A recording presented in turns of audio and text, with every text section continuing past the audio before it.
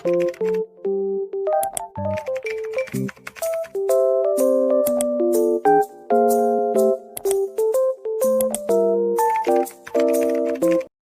today's video, I'm going to share with you what I have learned in video lesson number 7, which entitled How to Make a Checkboard Menu Button in Fireworks CS3 and Add Links in DREAMWEAVER CS3.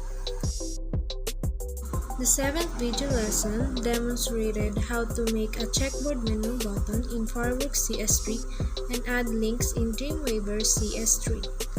The presenter's first step was to open Fireworks CS3 in order to create the checkboard menu button. And you must specify the desired size or target size of what you intend to do. And then insert a traced image to make a checkboard menu button. Following the completion of the task in Fireworks CS3, the presenter opened the Adobe DreamWeaver CS3.